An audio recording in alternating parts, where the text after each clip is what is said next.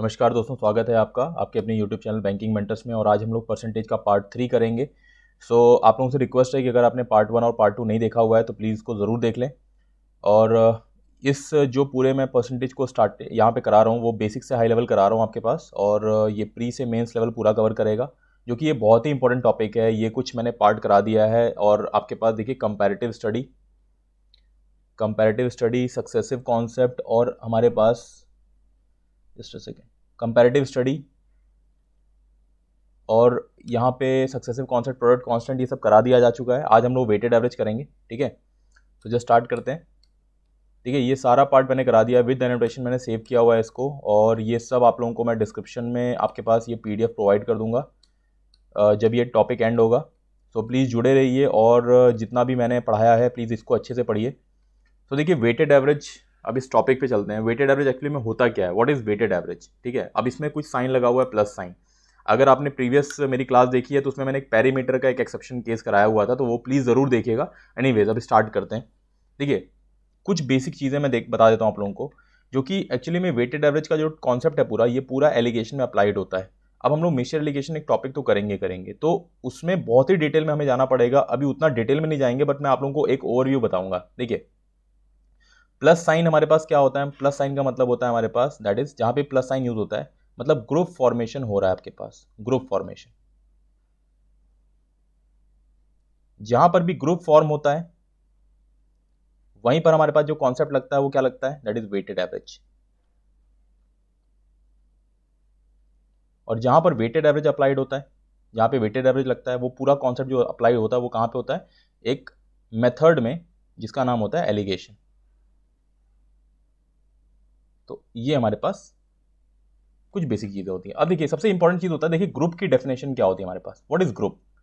तो ग्रुप आपके पास कैसे बनता है, ग्रुप बनता है कि एक किसी ग्रुप के पास हमेशा उसकी क्वांटिटी होती है, और उसकी क्वालिटी होती है। हर ग्रुप की ये दो वैल्यूज तो फिक्स्ड होती हैं, क्वांटिटी एंड क्वालिटी। अब देखिए क्वांटिटी और क्वालिटी से क्या मतलब है। जैसे मैंने कहा कि किसी क्लास में बॉयज है और गर्ल्स हैं, तो मैं I am talking about 2 different groups जिनको मैंने जेंडर वाइज डिवाइड कर रखा है। मैंने कहा there are 20 boys and 25 girls, मैंने कहा there are 50 boys and 100 girls. तो बेसिकली मैं क्या बात कर रहा हूँ, उनके नंबर्स की बात कर रहा हूँ, संख्याओं की बात कर रहा हूँ। तो क्वांटिटी क्या डिफाइन करता है हमारे पास, नंबर्स डिफाइन करता है, नंबर्स, ठीक है।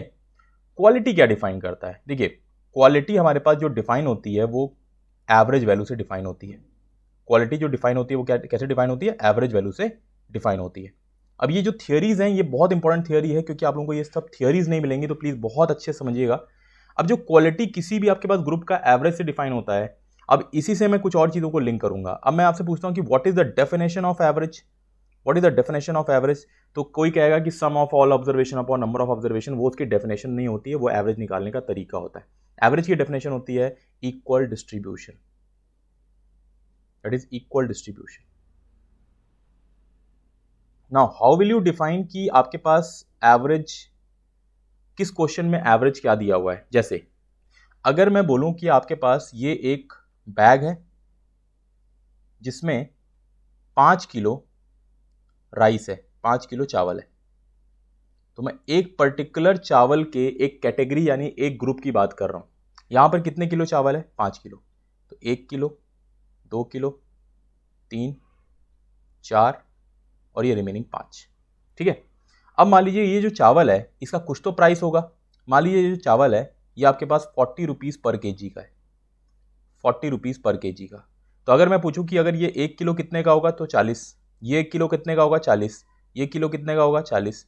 ये वाला ये भी 40 और ये वाला भी 40। तो क्या ये 40 रुपए जो है, क्या ये इक्वली डिस्ट्रीब्यूटेड नहीं है। अगर ये इक्वली डिस्ट्रीब्यूटेड है तो जो प्राइस हमारे पास, जो ऑफन हम लोग एक वर्ड यूज करते हैं प्राइस, तो कभी भी अगर आप मार्केट में जाते हैं, किसी शॉप पे जाते हैं और किसी भी आर्टिकल के, किसी भी सर्टेन आर्टिकल की प्राइस की बात करते हैं, तो वो उसकी एवरेज वैल्यू ही होती है। तो प्राइस तो होती है हमारे पास एवरेज वैल्यू। अब इसके बारे में और जरा बात करते हैं। नाउ जैसे प्राइस हमारे पास एवरेज वैल्यू होता है, वैसे और भी एवरेज वैल्यूज होता है जो हमारे क्वेश्चन में मेंशन्ड होता है। बट एनीवेज अब देखिए यहां पे चाहे 10 किलो हो चाहे 20 किलो, हर 1 किलो 40 रुपए का होगा। तो ये इक्वली डिस्ट्रीब्यूटेड है, यानी प्राइस एक एवरेज वैल्यू को डिफाइन करता है। सेम तरीके से अगर मैं इसमें अभी और इसको पूरा डिफाइन नहीं करूंगा क्योंकि मैं एलिगेशन में ये सब चीज़ें बहुत डिटेल में जाऊंगा, बट एनीवेज आपके पास जो प्राइस होता है वो एक तरीके से हमारे पास एवरेज वैल्यू को डिफाइन करता है, और एवरेज वैल्यू किसको डिफाइन करता है? उसके क्वालिटी को डिफाइन करता है। फाइन। अब देखिए, हमारे पास कभी भी किसी क्वेश्चन में क्वालिटी डिफाइन करनी है आपको, तो मुझे पता है क्वालिटी किससे डिफाइन होती है? एवरेज से। और एवरेज कैसे डिफाइन होगा हमारे पास? कभी भी किसी आर्टिकल का प्राइस दिया होगा, कभी भी आपके पास स्पीड दिया होता है, स्पीड भी आपके पास किसको डिफाइन करता है? क्वालिटी को डिफाइन करता है।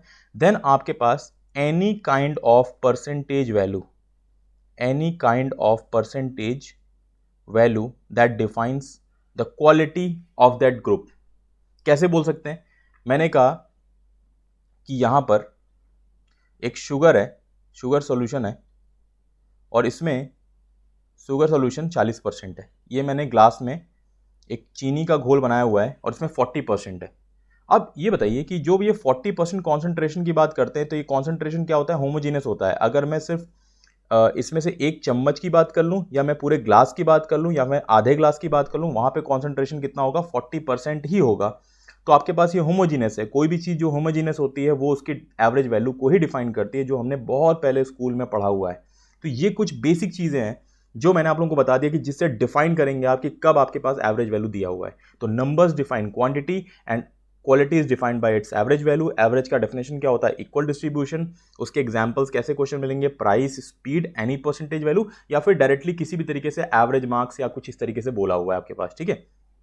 अब देखिए, दो चीजें याद रखना आप लोगों को कि कभी भी वेटेड एवरेज आप अप्लाई करते हैं तो आप लोगों को apart from just basic technique, ठीक है, जस्ट बेसिक टेक्निक, एक दो नई टेक्निक सीखनी है जो आप लोगों ने शायद नहीं सीखा होगा। That is called as minimum technique, minimum technique and balancing technique.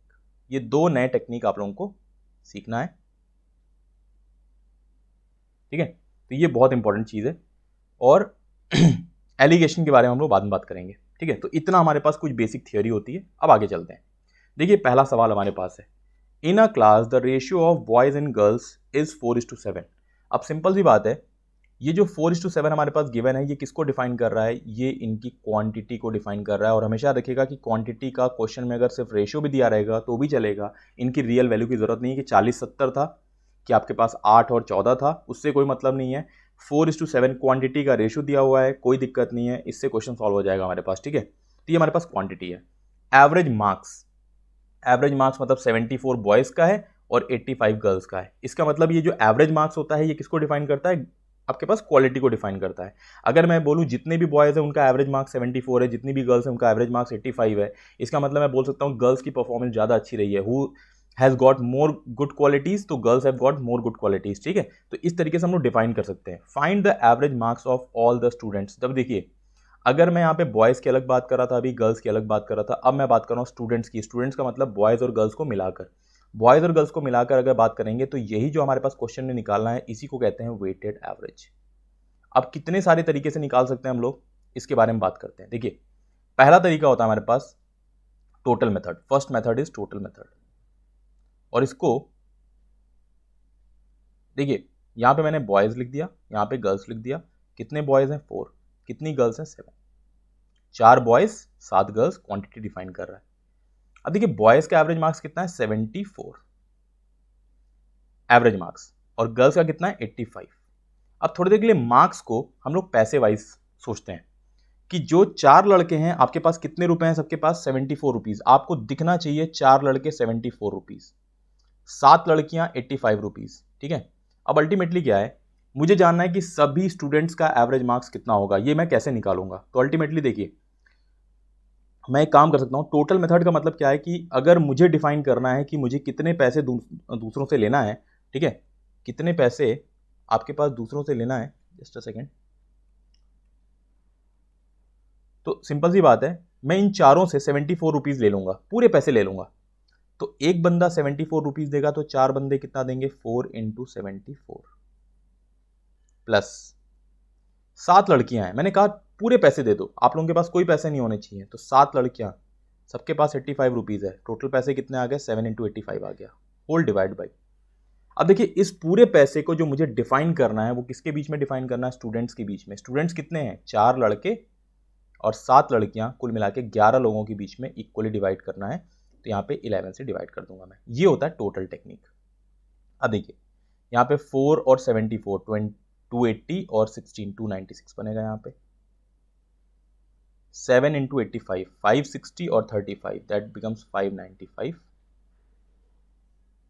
560 और 35 595 डिवाइड बाई कितना 11 कितना बनेगा 6 5 कितना 11 10 9 19 3 5 कितना 8 डिवाइड बाई 8 से कैंसिल आउट कर दिया और 8 टाइम्स चला गया और ये 1 टाइम चला गया। मतलब हमारे पास सभी स्टूडेंट्स का जो एवरेज मार्क्स आया वो कितना आ गया 81 आ गया एंड दैट्स माय आंसर। ये होता है टोटल मेथड। देखिए मैंने कैलकुलेशन आपके सामने किया हुआ है।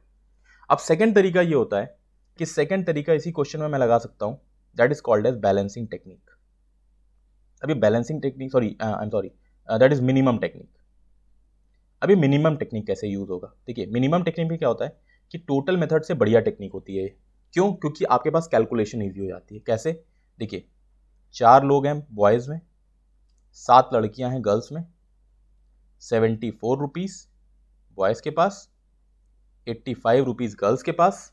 ठीक है, ये आपके पास दो ग्रुप्स हमारे पास बने हुए हैं, 4 लड़के 7 लड़कियां। 74 रुपीज इनके पास है, 85 रुपीज आपके पास गर्ल्स के पास है। मैंने पूछा कि मिनिमम पैसा किस ग्रुप के पास है, तो आपने कहा बॉयज के पास मिनिमम पैसा है। मैंने कहा कितने रुपए हैं? 74 रुपीज। तो मैंने एक चीज बोली कि मैं सारा पैसा क्यों लूं। मैंने बॉयज का अगर देखा कि 74 रुपीज सबके पास है, तो मैंने गर्ल्स को बोला कि आप लोग भी 74 रुपीज रखो और एक्स्ट्रा पैसा मुझे वापस कर दो। इस तरीके से होगा क्या कि बॉयज और गर्ल्स दोनों ग्रुप के पास सबके पास 74 रुपीज हो जाएगा। ठीक है, तो मैंने कहा कि आप लोग मिनिमम 74 रुपीज रखिए और एक्स्ट्रा पैसा मुझे वापस करिए। एक्स्ट्रा पैसा किसके पास है? बॉयज के पास तो एक्स्ट्रा पैसा नहीं है, गर्ल्स के पास एक्स्ट्रा पैसा है। कितने रुपए एक्स्ट्रा पैसे हैं? 11 रुपए। गर्ल्स के पास 11 रुपए एक्स्ट्रा है। और कितने गर्ल्स हैं? 7 गर्ल्स हैं। तो अल्टीमेटली मुझे सिर्फ 77 रुपीज मिलेगा। मैं सिर्फ एक्स्ट्रा पैसा वापस ले रहा हूं गर्ल्स से, तो 77 रुपीज मुझे एक्स्ट्रा मिल गया। अभी 77 रुपीज को मैं कितने लोगों में इक्वली डिवाइड करूंगा? आपके पास 11 लोगों में इक्वली डिवाइड करूंगा। सबके पास कितने रुपए एक्स्ट्रा मिल जाएंगे? 7 रुपए एक्स्ट्रा मिल जाएगा। पहले से 74 रुपीज था, 7 रुपए एक्स्ट्रा मिल गया, तो हमारे पास कितना रुपए आ गया? 81 रुपीज। ये मेरे पास सबके पास इक्वली आ गया। कैलकुलेशन मेरी ईजी हो गई। ठीक है, मुझे टोटल कैलकुलेट करने की जरूरत नहीं पड़ी। अभी छोटे से सवाल में कोई कहे टोटल मेथड ही तो सही है, लेकिन बड़े बड़े सवाल में जब कैलकुलेशन बहुत प्रॉब्लम करता है तो आपके पास ये मिनिमम टेक्निक बहुत काम आता है। ये मिनिमम टेक्निक मैंने कहीं और से नहीं सिखाया हुआ है। This is a by product of आपके पास डेविएशन टेक्निक जो हम लोग एवरेज में सीखते हैं, उसके बारे में हम लोग फर्दर बात करेंगे। ठीक है, परसेंटेज क्या होता है? एक क्लब ऑफ मेनी चैप्टर्स होता है जहां पे हम लोग कई सारे चैप्टर्स के कॉन्सेप्ट धीमे धीमे सीखते रहते हैं। ठीक है, थर्ड टेक्निक एक मैं आप लोगों को सिखाना चाहूंगा कि आपके पास एक देखो हर जगह ना इंडिया में एक चलता है जुगाड़। जुगाड़ कहाँ का जुगाड़? देखिए कुछ सर्टेन तरीका यहाँ पे है जिससे हम लोग क्वेश्चन को और जल्दी सॉल्व कर सकते हैं। देखिए यहाँ पे बॉयज़ है, यहाँ पे गर्ल्स हैं, 4 7। बॉयज़ का कितना एवरेज वैल्यू? 74। गर्ल्स का एवरेज वैल्यू कितना? 85। अब आप देखिए एक काम करना है हम लोग को। अगर बॉयज़ का 74 है, गर्ल्स का 85 है, तो एक सिंपल सी चीज़ है, मैं एक तरीके से देख सकता हूँ कि मेरा जुगाड़ लगेगा या नहीं लगेगा। 4 और 7 का सम कितना? 11। 74 85 का डिफरेंस कितना? 11। तो मतलब पॉसिबिलिटी है। अब देखिए करना क्या है, 74 इज द छोटा वैल्यू, 85 क्या है हमारे पास? बड़ा वैल्यू है, तो डबल सर्कल डाल दिया। दोनों वैल्यूज को क्रॉस में लेके जाना है, हमेशा दोनों वैल्यूज को क्रॉस में लेके जाना है और देखेंगे जुगाड़ लगेगा या नहीं लगेगा। छोटे वाले वैल्यू में रेशियो को जोड़ दीजिए, बड़े वाले वैल्यू में रेशियो को माइनस कर दीजिए। 74 + 7 कितना बनेगा? 81 बनेगा। 85 - 4 कितना बनेगा? 81 बनेगा। दोनों जगह 81 दिख रहा है, यानी राइट आंसर हमारे पास कितना आ गया? 81। अगर आपके पास गलती से भी दोनों जगह पे डिफरेंट आंसर आ रहा है, दैट मीन्स कि वो आपका राइट आंसर नहीं है। आपको क्या करना पड़ेगा उस केस में? आप मिनिमम टेक्निक लगा लीजिए। तो मिनिमम टेक्निक हमारे पास बहुत ही इंपॉर्टेंट टेक्निक है जिसको आप लगा सकते हैं और फटाफट सीख सकते हैं चीज़ों को। ठीक है, मैं बहुत आराम से हर एक चीज़ को बता रहा हूँ, सेम तरीके से इस क्वेश्चन को करेंगे। अब मैं टोटल मेथड यूज़ नहीं करूँगा, अब मैं मिनिमम टेक्निक यूज़ करूँगा। पहले ही जो टेक्निक यहाँ पे यूज़ किया जाएगा वो मिनिमम टेक्निक से यूज़ किया जाएगा। यहाँ पे देखो बॉयज़ और गर्ल्स का हमारे पास कितना रेशियो दिया हुआ है? 7:5 दिया हुआ है। ठीक है, यहाँ पे बॉयज़, यहाँ पे गर्ल्स, यहाँ पे 7 और यहाँ पे 5। कितना हमारे पास दिया हुआ है? 68 रुपीज़ बॉयज़ के पास है, गर्ल्स के पास कितना है? 56 रुपीज़ है। और आप देखिए यहाँ पे ये मैं पूरे स्टूडेंट्स की बात कर रहा हूँ। ठीक है, तो मैंने कहा कि कौन से ग्रुप के पास सबसे कम पैसे हैं, मैंने मार्क्स को पैसा बोल दिया। ठीक है, 75 क्वांटिटी डिफाइन कर रहा है, 68 56 एवरेज वैल्यू डिफाइन कर रहा है, मतलब क्वालिटी डिफाइन करना है। इस बार हमारे पास बॉयज़ ने अच्छा परफॉर्म किया हुआ है। ठीक है, सो मैंने कहा कि किस किस ग्रुप के पास मिनिमम पैसा है, तो गर्ल्स के पास कम पैसा है, तो मैंने कहा 56 रुपीज़ सब लोग रख लीजिए, आप लोग 56 रुपीज़ सब लोग रख लीजिए। अब मुझे एक्स्ट्रा पैसा कौन देगा? एक्स्ट्रा पैसा बॉयज़ देंगे। बॉयज़ कितना रुपए देंगे? इनके पास 12 रुपीज़ एक्स्ट्रा है। कितने लोगों के पास? 7 लोगों के पास 12 रुपये 7 लोगों ने मुझे वापस किया। अब इस पूरे पैसे को मैं कितने लोगों के बीच में डिवाइड करूंगा? मुझे स्टूडेंट्स के बीच में पैसा डिवाइड करना है, यानी 7 5 कितना 12, 12 लोगों के बीच में डिवाइड करेंगे, यानी कितना? सबके बीच में 7 रुपये आ जाएगा। 7 रुपये आपके पास आ गया, और हमारे पास एवरेज वैल्यू कितना आ गया? 63 रुपीज़। ये मेरे पास एवरेज वैल्यू आ गई इसकी। ठीक है, ये मेरे पास सवाल बन गया इस तरीके से मिनिमम टेक्निक से। देखिए बहुत ही आसानी से एकदम क्वेश्चन को आप सॉल्व कर सकते हैं। सेकंड चीज, इस क्वेश्चन में देखिए मैंने डेटा इस तरीके से फॉर्म किया हुआ है कि यहाँ पर जुगाड़ लग सकता है, हर जगह जुगाड़ नहीं लगेगा, याद रखिएगा। जुगाड़ ऐसा नहीं कि हर जगह लगेगा, मिनिमम टेक्निक हर जगह लग सकता है ऐसे टाइप ऑफ क्वेश्चन में। यहाँ पे 7, यहाँ पे 5। ठीक है, ये ग्रुप है बॉयज, ये ग्रुप है गर्ल्स। इसके बाद हम लोग बात करते हैं यहाँ पे 68, यहाँ पे बात करते हैं 56। ठीक है, अब देखिए 68 बड़ी वैल्यू है, 56 छोटी वैल्यू है। 68 को क्रॉस में लेके गए, 56 को इधर क्रॉस में लेके गए। 68 में से बड़े वाले वैल्यू में से माइनस कर दिया, छोटे वाले वैल्यू में से ऐड कर दिया। 68 माइनस 5 कितना? 63। 56 प्लस 7 कितना? 63। हमारे पास दोनों तरफ क्या आ गया? 63 आ गया, और यही हमारे पास इसका क्वेश्चन का आंसर बन गया। लेकिन देखिए जुगाड़ हर जगह नहीं लगेगा, पहले मैं बता देता हूँ। अगर लग रहा है तो लगा दीजिए, नहीं लग रहा है तो मिनिमम टेक्निक एटलीस्ट ट्राई कर लीजिए, टोटल मेथड से बेटर रहेगा। ये कॉमन क्वेश्चन आपके ने बहुत बार देखा होगा, और इस क्वेश्चन को फॉर श्योर एलिगेशन से बनाया जा सकता है, बट एलिगेशन से हम लोग नहीं बनाएंगे, हम लोग मिनिमम टेक्निक का ही इस्तेमाल करेंगे। देखिए क्या बोला हुआ है क्वेश्चन में कि आपके पास एक गांव की जनसंख्या कितनी थी? 5000 थी। ध्यान रखिएगा, आपके पास एक वर्ड यूज किया हुआ है इफ वर्ड। अगर कभी भी क्वेश्चन में इफ वर्ड यूज करता है तो हमारे पास क्या होता है कि ये हमारे पास एक हाइपोथेटिकल कंडीशन दिया हुआ है। अगर ऐसा हो जाए कि मेल्स की जनसंख्या में और फीमेल्स की जनसंख्या में 10% और 15% की वृद्धि हो जाए, इंक्रीमेंट हो जाए, तो पॉपुलेशन कितना हो जाएगा? 5600 हो जाएगा। देखिए 5000 से पॉपुलेशन जो है वो 5600 हो रही है, तो आपके पास कितना हो गया? इंक्रीमेंट कितने का हो रहा है? इंक्रीमेंट हो रहा है 600 का। अब ये 600 का इंक्रीमेंट जो बेसिकली हो रहा है, ये सिर्फ मेल्स की वजह से नहीं हो रहा है, मेल्स और फीमेल्स दोनों की वजह से हो रहा है। अब दोनों के परसेंटेज पे जरा ध्यान देते हैं। यहाँ पे 10% का इंक्रीमेंट है, यहाँ पे 15% का इंक्रीमेंट है, दोनों जगह पे परसेंटेज हमारे पास सेम नहीं है। तो हम लोग क्या करेंगे?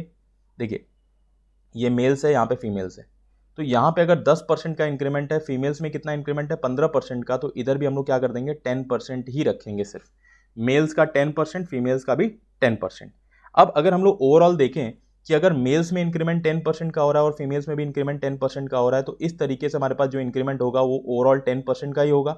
जो भी इंक्रीमेंट डिक्रीमेंट होगा हमेशा ओल्ड वैल्यू पे निकलेगा, यानी 5000 टोटल पॉपुलेशन पे निकलेगा। भाई मेल्स में भी इंक्रीमेंट 10% का, फीमेल्स में भी इंक्रीमेंट 10% का, तो ओवरऑल इंक्रीमेंट भी कितना होगा? 10% का ही होगा। 10% कितने का? 5000 का। तो ये निकालेंगे तो कितना बनेगा हमारे पास? 500 का बनेगा। 600 आपके पास 600 का इंक्रीमेंट पहले हो रहा था, अभी इंक्रीमेंट कितने का हो रहा है? 500 का हो रहा है। यानी आपके पास देखिए डिफरेंस दिख रहा है हमें, कितने का डिफरेंस, कितना पॉपुलेशन का जो इंक्रीमेंट आ रहा है वो कितना कम दिख रहा है, यानी 100 आपके पास यहाँ पे कम आ रहा है, 100 कम आया। 100 कम क्यों आया? किसकी वजह से आया? क्योंकि फीमेल्स का भी 5% नहीं गिवन है, फीमेल्स का 5% अभी गिवन नहीं है। ठीक है, पहले 600 का इंक्रीमेंट दिख रहा था, अभी 500 का इंक्रीमेंट दिख रहा है। कितने का इंक्रीमेंट कम दिख रहा है? 100 का। क्यों? क्योंकि अभी फीमेल्स का 5% हमने यूज नहीं किया हुआ है, तो 5% ऑफ फीमेल्स, ठीक है, ये आपके पास कितने के बराबर आएगा? 100 के बराबर। तो 5% ऑफ फीमेल्स कितने के बराबर आ गया? 100 के। तो 5 से कैंसिल आउट कर देंगे 20 टाइम्स, तो फीमेल्स की वैल्यू कितनी आ गई हमारे पास? 2000। ये हमारे पास फीमेल की वैल्यू आ गई, और ये ओरिजिनल ही आ रही है। ठीक है, ये न्यू वैल्यू नहीं आती, हमेशा इंक्रीमेंट डिक्रीमेंट ओरिजिनल पे निकलता है, तो ये फीमेल की वैल्यू ओरिजिनल आई हुई है। अब देखिए फीमेल की वैल्यू अगर 2000 आ गई तो मेल्स की वैल्यू कितनी बनेगी? सिंपल सी बात है, पहले कितनी पॉपुलेशन थी भाई? 5000। कितना था पॉपुलेशन? 5000। फीमेल्स अगर 2000 तो मेल्स कितना आ जाएंगे? 3000। हमने क्या यूज़ किया हुआ है? देखिए यहाँ पे भी 10% कॉमन बना के, यानी मिनिमम टेक्निक का ही यूज़ किया हुआ है मैंने। ठीक है, आगे बढ़ते हैं। अगला सवाल देखिए, सेम क्वेश्चन है हमारे पास कि the population of a village is 9600, और ये पॉपुलेशन 10,272 हो जाती है। मैं लिख लेता हूँ, 9600 पॉपुलेशन थी, इसके बाद ये पॉपुलेशन 10,272 हो गई, यानी कितने का इंक्रीमेंट आया? 672 का इंक्रीमेंट आया, 672 का। ठीक है, कितने का इंक्रीमेंट हो रहा है मेल्स फीमेल्स में? 5 और 8% का, 5 और 8% का। तो यहाँ पे अगर 5% का इंक्रीमेंट है तो फीमेल्स में भी कितने का इंक्रीमेंट हो रहा है? मुझे तो 5% दिख रहा है, मुझे 5% दिख रहा है, मिनिमम के हिसाब से मैंने देख लिया। तो अगर मेल्स में इंक्रीमेंट 5% का, फीमेल्स में इंक्रीमेंट 5% का, तो ओवरऑल इंक्रीमेंट कितने का होगा? 5%। कितने का? 9600 का। कितना बनेगा हमारे पास? 480 के बराबर बनेगा, 480 के बराबर बनेगा। ठीक है, मेल्स में इंक्रीमेंट 5% का, फीमेल्स में इंक्रीमेंट 5% का, तो ओवरऑल इंक्रीमेंट कितना बनेगा आपके पास? 5% का ही बनेगा। 5% 9600 का 480 आ गया। अब देखिए अल्टीमेटली हमारे पास ये जो दोनों वैल्यूज हैं, यहाँ पे ओवरऑल इंक्रीमेंट कितना था? 672। यहाँ पे इंक्रीमेंट कितने का आ रहा है? 480 का। ये दोनों वैल्यू कभी सेम हो ही नहीं सकते। क्यों नहीं सेम हो सकते हैं? तो बेसिकली डिफरेंस की अगर बात करेंगे तो डिफरेंस कितना आएगा हमारे पास? दैट इज 192 का डिफरेंस आया। 192 का डिफरेंस क्यों आ रहा है? क्योंकि अभी हमने एक परसेंटेज वैल्यू यूज नहीं किया हुआ है, that is 3% of females. Female का 3% यूज नहीं किया हुआ है। अभी देखिए 3% अगर फीमेल्स का हम लोग यूज करेंगे यहाँ पे, तो 3 से कैंसिल आउट कर देंगे, कितना चला जाएगा हमारे पास? 6 टाइम्स और ये 4 टाइम्स। तो फीमेल की वैल्यू कितनी आ गई? 6400 आ गई। तो अगर मैं पूछूंगा कि मेल की वैल्यू कितनी है, भाई टोटल पॉपुलेशन हमारे पास 9600 है, 6400 फीमेल्स आ गया, तो मेल्स कितना आएगा? 3200 आएगा। ये फीमेल्स और ये मेल्स की वैल्यू हमारे पास आ गई। ठीक है, चलिए नेक्स्ट क्वेश्चन। वही सेम मिनिमम टेक्निक का बहुत अच्छे तरीके से इस्तेमाल करना है। एक जू में आपके पास बर्ड्स और रैबिट्स हैं। ठीक है, टोटल हेड्स काउंट किए गए 220, टोटल लेग्स काउंट किया गया 580। आपको नंबर ऑफ बर्ड्स और नंबर ऑफ रैबिट्स की संख्या बतानी है। देखिए हेड जो रहता है आपके पास, हेड जो रहता है, जितना हेड रहेगा उतने ही जानवर रहेंगे। 220 जितने हेड रहेगा उतने ही जानवर रहेंगे। ठीक है, अगर देखिए यहां पे इस क्वेश्चन में देखा जाए कि मैंने कहा बर्ड्स और यहां पे रैबिट्स, मैंने आपसे पूछा कि बर्ड्स के कितने पैर होते हैं, तो आपने कहा बर्ड्स के तो 2 पैर होते हैं, चिड़िया के 2 पैर होते हैं। रैबिट्स यानी खरगोश के कितने पैर होते हैं? खरगोश के कितने पैर होते हैं? तो खरगोश के होते हैं 4 पैर। अगर 4 पैर होते हैं तो मैं पहले इनके 2 ही पैर रखूंगा। खरगोश के होते हैं 4 पैर, मैंने इसके सिर्फ 2 ही कंसिडर किया। अभी 2 पैर को कंसिडर नहीं किया है, हमने क्या यूज कर रहे हैं? मिनिमम टेक्निक इस्तेमाल कर रहे हैं। अब एक सिंपल सी बात देखिए, अगर मैंने बर्ड्स का भी 2 ही पैर काउंट किया, रैबिट्स के भी 2 ही पैर, अगर सबके 2-2 पैर हैं, 220 जानवर हैं टोटल। कैसे? सर तो सबका एक ही रहेगा, सिर तो सबका एक ही रहेगा। 220 अगर जानवर हैं, सबके 2-2 पैर, तो टोटल नंबर ऑफ लेग्स कितना आएगा हमारे पास? टोटल लेग्स कितना बनेगा हमारे पास? दैट इज 220 मल्टीप्लाइड बाई कितना? 2, that is total number of legs कितना बनेगा? 440 बनेगा। ठीक है, 440 बनेगा। तो पहले हमारे पास लेग्स जो थे वो 580 थे, अभी लेग्स कितना आ रहा है हमारे पास? 440। यानी कितने का डिफरेंस आ रहा है? दैट इज 140 का डिफरेंस आ रहा है। 140 का डिफरेंस आया। 140 का डिफरेंस क्यों आ रहा है? क्योंकि हमने बर्ड्स के तो सारे लेग्स काउंट किए हुए हैं, लेकिन रैबिट्स का हमने सारा लेग काउंट नहीं किया हुआ है। ठीक है, ठीक है। सो अभी यहां पे जो 2 पैर आपने रैबिट्स का काउंट नहीं किया हुआ है, 2 मल्टीप्लाइड बाय रैबिट्स, उसी का तो वैल्यू 140 के बराबर बनेगा। ये 140 का डिफरेंस क्यों आ रहा है? पहले 580 था, अभी 440 दिख रहा है।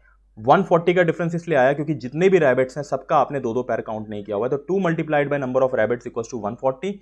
2 से डिवाइड कर दिया मैंने, कितना बन गया यहाँ पे? 70। यानी रैबिट्स की वैल्यू आ गई 70, तो बर्ड्स की वैल्यू कितनी आएगी? भाई देखिए टोटल जानवर हमारे पास 220 है, 220 में से 70 माइनस कर दिए तो कितना बनेगा? This becomes 150 and that's my answer. यहाँ पे 70, यहाँ पे 150। अगला सवाल, ये क्वेश्चन बहुत ही इंपॉर्टेंट है। In an examination 75 questions were asked, a student answered all the questions, he gets 4 marks for every question and 1 mark is deducted for every wrong answer. He scored 125 marks in the examination. Find the number of wrong questions. अब ये देखिए बहुत ही important question है। ठीक है, एक student को 75 questions आपके पास अटेम्प्ट करना था। ठीक है, 75 क्वेश्चन उसके एग्जाम में पूछे गए, उसने सारे क्वेश्चन का आंसर किया। सही आपके पास क्वेश्चन पे 4 नंबर मिलता और गलत आपके पास क्वेश्चन पे 1 नंबर कट जाता। इसके बाद वो ही स्कोर्ड 125 मार्क्स, 125 नंबर वो पा रहा है। तो आपको नंबर ऑफ रॉन्ग क्वेश्चंस निकालना है, नंबर ऑफ रॉन्ग क्वेश्चंस निकालना है।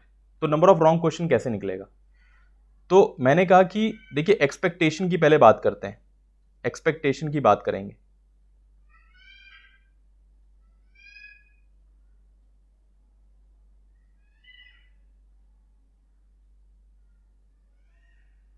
एक्सपेक्टेशन की बात करेंगे हम लोग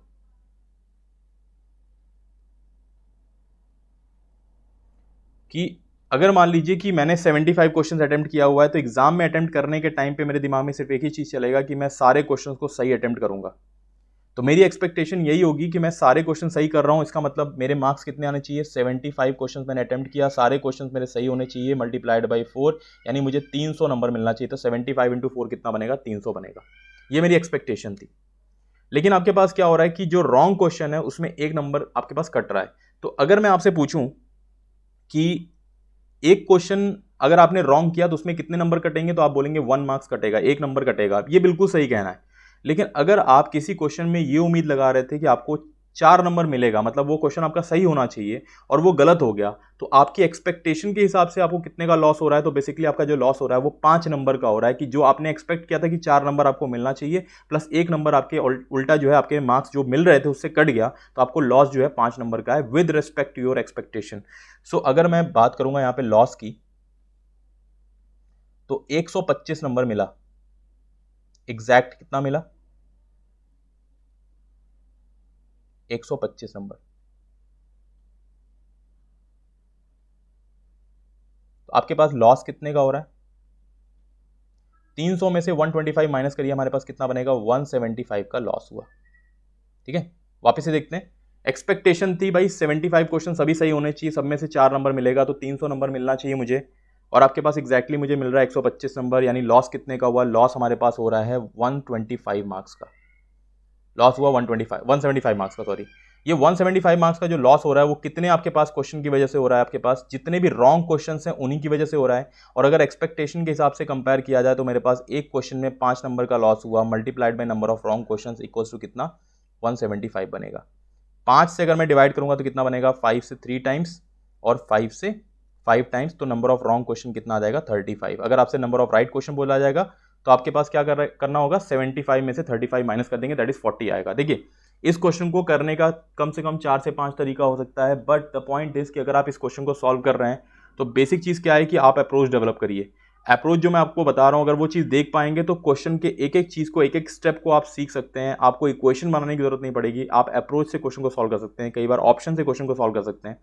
तो जस्ट द थिंग इज कि if you are a beginner और मे बी आप इंटरमीडिएट लेवल पे हैं, तो आप जस्ट एक चीज अपनी अप्रोच को अच्छे से, अपने कॉन्सेप्ट को बहुत अच्छे से डेवलप कर लीजिए। ठीक है, नेक्स्ट क्वेश्चन बिल्कुल सेम क्वेश्चन है। 100 क्वेश्चन आपके पास एक स्टूडेंट को अटेम्प्ट करना था, उसने सारे क्वेश्चन को अटेम्प्ट किया, 2 नंबर उसको मिलना चाहिए हर सही क्वेश्चन पे, और 0.5 मार्क्स कटना चाहिए आपके पास हर रॉन्ग क्वेश्चन पे। इसके बाद find the number of wrong question if he scored 120 marks. देखिए, बहुत ही इजी क्वेश्चन है, 120 नंबर उसको मिलता है। तो मैंने आपसे बात किया कि भाई, मैंने पूछा कि एक्सपेक्टेशन कितनी थी जब आपने पेपर अटेम्प्ट किया, पूरे 100 क्वेश्चन अटेम्प्ट किए, तो आपके पास हर क्वेश्चन पे आपको 2 नंबर मिलना चाहिए था। तो आपकी एक्सपेक्टेशन थी कि आपको 200 नंबर मिलना चाहिए था। एग्जैक्टली कितना मिला, एग्जैक्टली मिल रहा है हमें 120 नंबर। तो आपके पास लॉस कितने का हुआ, तो लॉस हमारे पास 80 मार्क्स का हो रहा है। लॉस किसकी वजह से होगा, हमेशा लॉस जो होगा वो रॉन्ग क्वेश्चन की वजह से होगा, कभी राइट की वजह से लॉस हो ही नहीं सकता है, क्योंकि आपने एक्सपेक्ट किया है कि हर राइट क्वेश्चन पे आपको हर क्वेश्चन पे 2 नंबर मिले, राइट में तो मिल ही रहा है। तो लॉस हो किसकी वजह से रहा है, तो रॉन्ग क्वेश्चन की वजह से हो रहा है। तो लॉस जो रॉन्ग क्वेश्चन की वजह से हो रहा है वो कितने मार्क्स का हो रहा है। अब अल्टीमेटली अगर मैं एक्सपेक्टेशन के हिसाब से पूछूंगा तो आपको 2.5 मार्क्स का लॉस होगा, 2 नंबर जो मिलना चाहिए था 0.5 मार्क्स जो डिडक्ट हो गया, यानी 2.5 मार्क्स का आपके पास लॉस हो रहा है। 2.5 को मैं 5/2 भी लिख सकता हूं, और सभी रॉन्ग क्वेश्चन की वजह से हुआ है, मल्टी इक्वल्स टू कितना बनेगा, 80। 5/2 that is 2.5 multiplied by number of wrong question equals to 80। 5 से कैंसिल आउट किया, 16 बार चला गया, नंबर ऑफ रॉन्ग क्वेश्चन कितना आ गया, 32। तो राइट क्वेश्चन कितना आएगा, टोटल क्वेश्चन अगर 100 है तो हमारे पास राइट क्वेश्चन कितना आ जाएगा, 68 आ जाएगा, and that's my right answer. ठीक है, तो इस तरीके से हम लोग क्वेश्चन को सॉल्व कर सकते हैं। अगला सवाल देखिए, बहुत ही इंपॉर्टेंट है। अगर आपके पास मिनिमम टेक्निक का आपको पूरा कमांड नहीं है तो आपको इस क्वेश्चन को सॉल्व करने में बहुत तकलीफ होगी।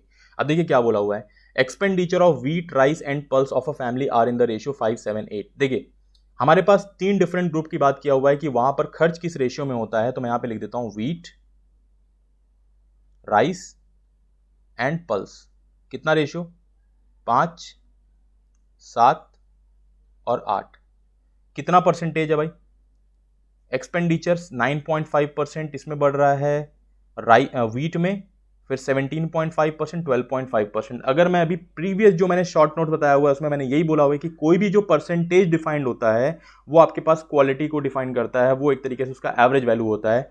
तो आपके पास व्हीट का कितना है, 9.5, राइस का कितना है 17.5, और पल्स का कितना हमारे पास 12.5। तो ध्यान से देखिएगा, अगर आपको वेटेड एवरेज अच्छे से क्लियर रहेगा तो ये आपके पास क्वांटिटी को डिफाइन कर रहा है 3 डिफरेंट ग्रुप्स के, ये इनके क्वालिटी को डिफाइन कर रहा है। आपको इनका सबका मिलाकर एक वैल्यू निकालना है, वो इनका वेटेड एवरेज वैल्यू बनेगा सबका मिलाकर, ठीक है। तो हम लोग करते हैं। अब देखिए यहाँ पे एक तरीका ये होता है भाई, टोटल मेथड। 5 लोग हैं सबके पास 9.5 रुपीज मान लीजिए, 7 लोग हैं सबके पास 17.5 रुपीज, 8 लोग हैं सबके पास 12.5 रुपीज। अगर मैं सबसे पूरा पैसा ले लूं तो आपके पास calculation would be something like 5 into 9.5 plus 7 into 17.5 plus 8 into 12.5 और होल डिवाइड बाई कितना 5 7 12 12 8 20 से डिवाइड करेंगे। तो ये कैलकुलेशन आप लोगों को नहीं करना है। कैलकुलेशन करना क्या है, कैलकुलेशन करना क्या है, देखिए मिनिमम टेक्निक का यूज करेंगे हम लोग। कैसे, मैंने कहा इस ग्रुप में 5 लोग हैं सबके पास 9.5 रुपीज, इस ग्रुप में 7 लोग हैं सबके पास 17.5 रुपीज, इस ग्रुप में 8 लोग हैं सबके पास 12.5 रुपीज। मिनिमम पैसा किसके पास है, व्हीट 9.5 रुपीज। तो आपके पास देखिए 9.5 रुपीज मिनिमम है। तो मैंने कहा 9.5 रुपीज सब लोग रखिए। तो मैं पहुंचा पहले व्हीट वाले ग्रुप के पास, इनके पास कोई एक्स्ट्रा पैसा नहीं है, मैं पहुंचा यहां पर, मैंने कहा एक्स्ट्रा पैसा वापस करो। तो इन लोगों के पास 8 रुपए एक्स्ट्रा हैं। 8 रुपए कितने लोगों के पास, 7 लोगों के पास। फिर मैं पहुंचा यहां पर, कितने रुपए एक्स्ट्रा हमारे पास, 3 रुपीज एक्स्ट्रा है। 3 रुपीज कितने लोगों के पास, 3 इंटू 8। अब इस पूरे पैसे को मैं कितने लोगों में डिवाइड करूंगा, 5 7 12 8 कितना 20 क्वांटिटीज, टोटल 20 लोगों में डिवाइड करूंगा। आपके पास कितना बनेगा 56 24 80। ये पूरा ऊपर में बन रहा है 80, यहाँ पे डिवाइड में 20, यहाँ पे बनेगा 4। अगर 4 रुपए सबको एक्स्ट्रा मिल जाएगा तो ओवरऑल हमारे पास कितना वैल्यू आ गया 13.5। अब आप बोल सकते हैं कि अगर यहाँ पे 9.5% था, 17.5% था, यहाँ पे 12.5% था, तो यहाँ पे कितना बनेगा 13.5% बनेगा। ओवरऑल परसेंटेज इंक्रीमेंट आ गया। अब जो total expenditure of the family increases by, देखिए और क्या निकालना है, total expenditure of the family. देखिए एक सिंपल सी बात याद रखिएगा कि अगर हमारे पास यहाँ पे वर्ड यूज कर रहा है इफ, तो आपको यहाँ पे जो क्वेश्चन में निकालना है ये ओरिजिनल या इनिशियल ही निकालना है। अगर आप इंक्रीमेंट की बात करेंगे तो 540 रुपए का इंक्रीमेंट आ रहा है। 540 रुपए का इंक्रीमेंट का मतलब क्या हो गया कि जो 13.5% है, 13.5% है, ये आपके पास कितने के बराबर है, 540 रुपए के बराबर है। 13.5% 540 रुपए के बराबर है। आपको निकालना क्या है, total expenditure of the family, यानी 100% की वैल्यू निकालनी है। 1% कितना बनेगा, अगर 1% की बात करें 13.5 का डबल 27 होता है, 27 का डबल 54 होता है, यहाँ पे बनेगा 40। तो 100% कितने के बराबर होगा, ये बनेगा 4000 के। ये हो गया initial total expenditure of the family. Initial total expenditure of the family that is 4000 rupees. अगर आपको वापस से वही बोलता हूं कि अगर आपको मिनिमम टेक्निक का अच्छे से कॉन्सेप्ट क्लियर रहेगा, सवाल को आप बहुत अच्छे से बना सकते रहेंगे, ठीक है। नेक्स्ट क्वेश्चन पे चलते हैं।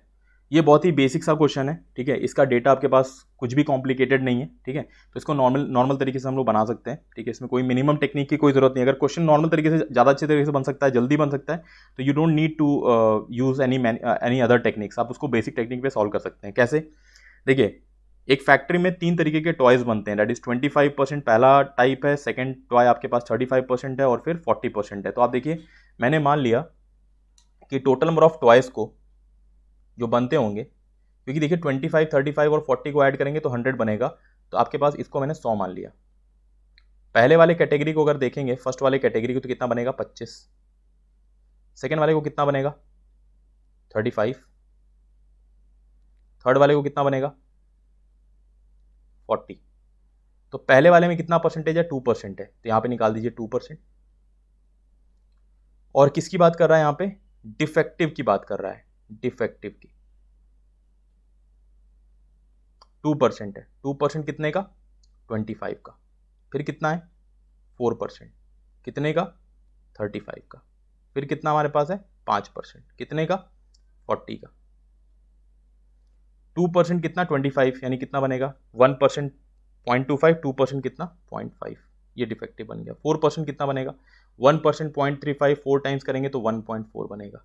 5% 10% 4 बनेगा, 5% कितना बनेगा 2 बनेगा। अब देखिए टोटल डिफेक्टिव कितना आ गया हमारे पास, टोटल डिफेक्टिव 2 + 1.4 और 0.5 दैट इज 3.9 बनेगा। 3.9 टोटल डिफेक्टिव बन गया। तो नॉन डिफेक्टिव हमारे पास कितना बनेगा, देखिए परसेंटेज पूछा हुआ है, हम लोग तो यहाँ पे टोटल 100 माने हुए हैं। कोई भी चीज जो 100 पे कैलकुलेट करते हैं वही तो परसेंटेज आएगा। अगर आपसे डिफेक्टिव परसेंटेज पूछता है इस क्वेश्चन में, डिफेक्टिव परसेंटेज पूछता तो हमारे पास कितना आता 3.9%। लेकिन आपसे नॉन डिफेक्टिव पूछा हुआ है तो कुछ नहीं करना है, 100 में से 3.9 को माइनस कर दीजिए तो नॉन डिफेक्टिव परसेंटेज कितना आ जाएगा, 100 में से 3.9 माइनस करेंगे तो 96.1% ये मेरा आंसर आ जाएगा। ठीक है चलिए नेक्स्ट, और कुछ और सवाल करने हैं हम लोग को। ठीक है, एनीवेज ये एक और सवाल है, बहुत ही अच्छा शानदार सवाल है। ठीक है, अब देखिए क्या बोला हुआ है, factory produces 3 types of toys in the ratio 5:4:2। अब देखिए यहाँ पे 3 जो टाइप्स ऑफ टॉयज हैं इनका रेशियो दिया हुआ है 5:4:2। 10% of the toys are destroyed, 40%, 30% and 20% of the remaining toys are exported, find the percentage of domestic consumption of total toys produce. ठीक है, अब देखिए कैसे करेंगे इसमें। मैंने क्या किया कि मैंने 3 टाइप ऑफ टॉयज को, पहला, दूसरा और तीसरा को 5:4:2 रेशियो था, मैं एज्यूम कर लेता हूं 50, 40 और 20, 50, 40 और 20। ठीक है, 10% अगर ओवरऑल आपके पास डिस्ट्रॉयड हो रहा है 10%, तो टोटल नंबर ऑफ टॉयज कितना बना, देखिए 50, 40 और 20 को अगर हम लोग ऐड करेंगे कितना बनेगा 110। तो 110 का आप 10% निकाल लीजिए तो कितना बनेगा 11 डिस्ट्रॉयड हो गए। लेकिन अगर आपके पास 3 डिफरेंट कैटेगरीज है, ओवरऑल अगर 10% हो रहा है तो आप इंडिविजुअल में से भी 10% डिस्ट्रॉय कर सकते हैं। दैट इज यहाँ पे 10% डिस्ट्रॉय कर दिया 50 में से तो कितना डिस्ट्रॉयड हो गया हमारे पास, यहाँ से 10% ऑफ 50 यानी 5 डिस्ट्रॉयड हो गया, यानी बचा कितना 45। यहाँ पे 40 में से कितना डिस्ट्रॉयड हो गया हमारे पास, यहाँ से भी 10% हो गया तो 10% मतलब 4 डिस्ट्रॉयड हो गया, बचा कितना 36।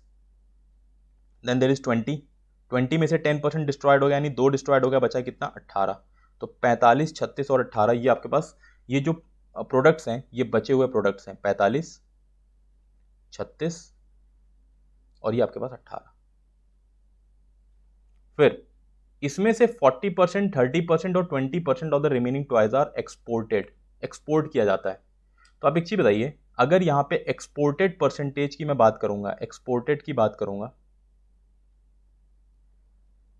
तो 40% है, यहाँ पे 30% है और यहाँ पे 20% है। तो अगर मैं एक्सपोर्टेड की बात कर रहा हूँ, एक्सपोर्टेड मतलब जिनको बाहर भेजा जा चुका है, देश से बाहर भेजा जा रहा है, तो जो हमारे देश में, हमारे जो कंट्री में यूज़ होगा, अगर 40% को बाहर भेजा गया था तो यानी 60% इसमें से हम लोग डोमेस्टिक यूज़ करेंगे। 30% बाहर भेजा गया था यानी हम लोग क्या करेंगे, इसमें से 70% कंट्री में यूज़ करेंगे। यहाँ पे 20% अगर हमने भेजा था तो रिमेनिंग कितना 80% हम लोग कंट्री में यूज़ करेंगे। ठीक है, अब देखिए 60% ऑफ हम लोग को क्या करना है, यहाँ पे 45 निकालना है। 60% कितने के बराबर होता है, दैट इज 3/5 के बराबर होता है। 3/5 अगर 45 का निकालेंगे तो 5 से चला गया तो हमारे पास कितना 9 टाइम्स, यहाँ पे 27 हमने डोमेस्टिक यूज में यूज किया। 27, 70% हमें निकालना है किसका, 36 का 70%। तो आपके पास कितना बनेगा 70%, 7/10 कितने का, 36 का। ठीक है, 70%, तो यहाँ पे कितना 210 और आपके पास कितना 42, 252 और डिवाइड बाय 10 है 25.2 आ गया आपके पास 25.2। ठीक है, नंबर ऑफ प्रोडक्ट्स हमारे पास कभी डेसिमल में नहीं हो सकते, लेकिन हमने एज्यूम किया हुआ है तो हो सकता है। ठीक है, तो 7/10 कितना 210 बन गया और आपके पास 42, 252, ठीक है 25.2। देन देर इज 80% ऑफ 18 निकालना है, तो आपके पास कितना बनेगा 80% of 18, that is 10% will be 1.8 और आपके पास 8 टाइम 14.4 बन जाएगा यहाँ पे, जिसको हमने क्या किया देश में यूज किया था। अब देखिए क्या बोला हुआ है, find the percentage of domestic consumption of total toys produced. अब ये बहुत ही इंपॉर्टेंट सवाल है। देखिए पहला वाला टाइप कितना इस्तेमाल किया गया था 27, सेकंड वाला टाइप 25.2 और थर्ड वाला टाइप 14.4।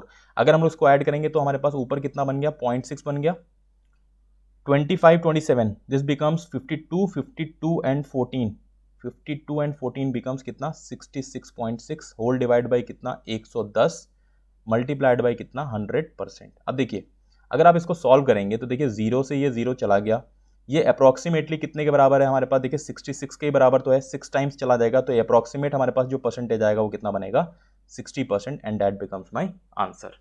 तो थोड़ा सा कॉम्प्लिकेटेड बना था बट एनीवेज यहाँ पे 2 लेयर्स थे क्योंकि आपको डिस्ट्रॉयड पहले अलग से निकालना था, डिस्ट्रॉयड निकालने के बाद आपको क्या करना था, फिर एक्सपोर्टेड परसेंटेज दिया था, फिर डोमेस्टिक का यूज करना था। तो यहाँ पे 2 लेयर्स थे इसलिए मैंने कोई मिनिमम टेक्निक नहीं यूज किया, मैंने बेसिक तरीके से क्वेश्चन को सॉल्व किया हुआ है। ठीक है, अब देखिए next cost of packaging of the oranges is 20% of the cost of fresh oranges themselves.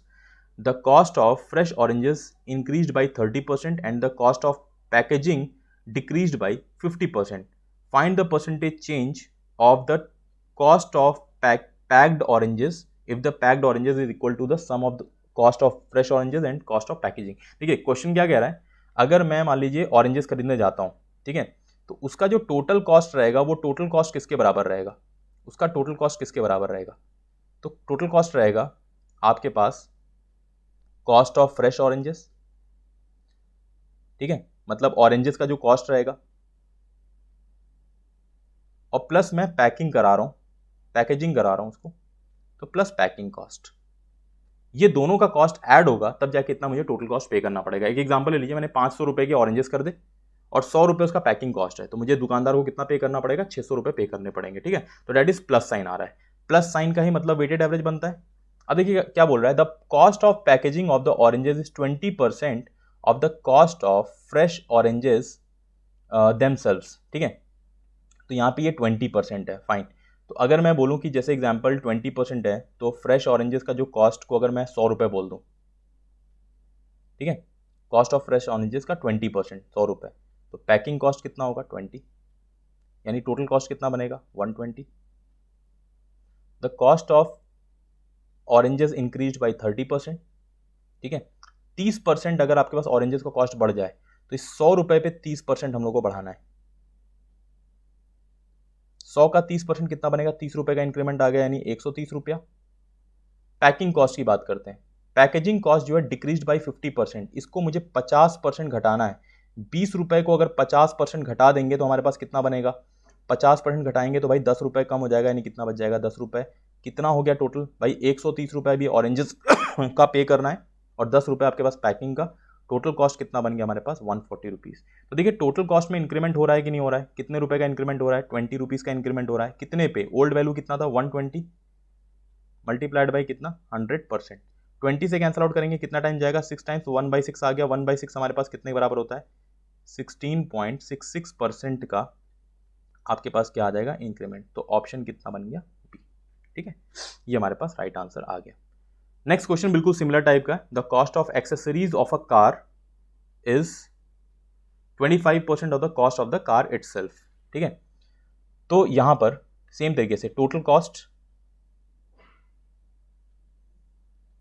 यानी कार का कॉस्ट प्लस इसके एक्सेसरीज का कॉस्ट. ठीक है, तो 25% है. अगर कार की कॉस्ट 100 रुपये है तो आपके पास एक्सेसरीज का कॉस्ट कितना होगा 25, यानी टोटल कॉस्ट कितना हो गया हमारे पास 125 रुपये का हो गया. ध्यान रखिएगा, अगर ये इन्फॉर्मेशन क्वेश्चन में नहीं दिया होता, मतलब इसकी क्वांटिटी को कहीं ना कहीं डिफाइन नहीं किया था कि कार का कॉस्ट कितना है, एक्सेसरीज का कॉस्ट कितना है, तो इस क्वेश्चन का answer can not be determine बनता, जैसे मैंने पेरीमीटर वाला क्वेश्चन कराया हुआ था. ठीक है, इसके बाद देखिए cost of the car is increased by 40%, 40% इसके कार की कॉस्ट बढ़ गई, इसमें 40% का इंक्रीमेंट हो गया. तो ये कॉस्ट कितनी बनेगी, कार की कॉस्ट 140. Accessories decreased by 60%, 60%. तो आपके पास देखिए 60% कितना बनेगा, दैट इज 3/5 ऑफ 25, तो ये बनेगा 15 रुपये का डिक्रीमेंट आएगा. ठीक है, देखिए 60% होता है 3/5 के बराबर, मल्टीप्लाइड बाई कितना 25, तो 5 से कैंसिल आउट करेंगे कितना बनेगा 5 टाइम्स 5 3 15, 15 रुपीज़ का डिक्रीमेंट आ गया, यानी कितना बनेगा 10 रुपया एक्सेसरीज का कॉस्ट आ गया. तो टोटल कॉस्ट कितना बनेगा हमारे पास 150 रुपया. यानी आप देखिए कि कितने का टोटल कॉस्ट का इंक्रीमेंट आ रहा है, 25 रुपये का इंक्रीमेंट आ रहा है, और कितने पे 125 पे, मल्टीप्लाइड बाई कितना 100%. अगर देखिए 25 से कैंसिल आउट करेंगे तो ये 5 बार जाएगा 5 टाइम्स, तो ये 1/5 आ गया. 1/5 कितने के बराबर होता है 20% के बराबर होता है, 20%, यानी option C is the right answer. ठीक है, सो आपके पास जस्ट एक क्वेश्चन और करेंगे हम लोग इसके बाद. ठीक है, तो the cost of car is 400% greater than the cost of a bike. ठीक है, तो चलिए इस क्वेश्चन को आप लोग प्लीज एज अ होमवर्क रखिए. ठीक है, तो जितने भी आप लोग सॉल्व कर रहे हैं, नेक्स्ट वीडियो में मुझे इसका आंसर चाहिए इस क्वेश्चन का, आप लोग प्लीज़ देख लीजिए, स्क्रीनशॉट ले लीजिए अगर आपको क्वेश्चन का स्क्रीनशॉट चाहिए तो। एंड आई वुड सी कि कितने लोग इस पे रिस्पॉन्ड करते हैं। तो इस क्वेश्चन को मुझे चाहिए कि आप लोग प्लीज़ आप लोग रिप्लाई करें किस तरीके से आप शॉर्ट मेथड कुछ लगा सकते हैं अगर पॉसिबल हो तो। देखिए, हर क्वेश्चन एग्जाम में ऐसा नहीं होता है जिसमें हर क्वेश्चन में शॉर्ट मेथड लगेगा। मैंने हर क्वेश्चन को मिनिमम टेक्निक से ही सॉल्व नहीं किया हुआ है, कुछ क्वेश्चन को बेसिक टेक्निक से भी सॉल्व किया हुआ है। ठीक है, तो आप लोग इस पूरे वीडियोस को, पूरे क्वेश्चंस को आप लोग रिपीटेडली तरीके से देखिए। ठीक है, मैंने अप्रॉक्सीमेटली 60-70 क्वेश्चंस रखा हुआ है जिस जो परसेंटेज के लिए बियॉन्ड क्वेश्चंस हैं। ठीक है, हर वैरायटी आपके पास सॉल्व हो जाएगी, बट मुझे नंबर ऑफ क्वेश्चन से मतलब नहीं है, मुझे इंपॉर्टेंट है कि सारा कॉन्सेप्ट जो बताया जा रहा है क्या वो आपको क्लियर हो रहा है कि नहीं। और देखिए, मैंने बहुत सारे ऐसा क्वेश्चन आज की डेट में कराया, चाहे वो मैंने मार्क्स वाले क्वेश्चंस कराए आप लोगों को, चाहे मैंने आप लोगों को पॉपुलेशन वाला क्वेश्चन कराया, वो सारे क्वेश्चन एलिगेशन से बनाए जा सकते हैं। इनफैक्ट जहाँ पे मिनिमम टेक्निक कहीं पर भी मैंने लगाया हुआ है वो एलिगेशन से लग सकता है, बट हमें हर जगह एलिगेशन नहीं लगाना है।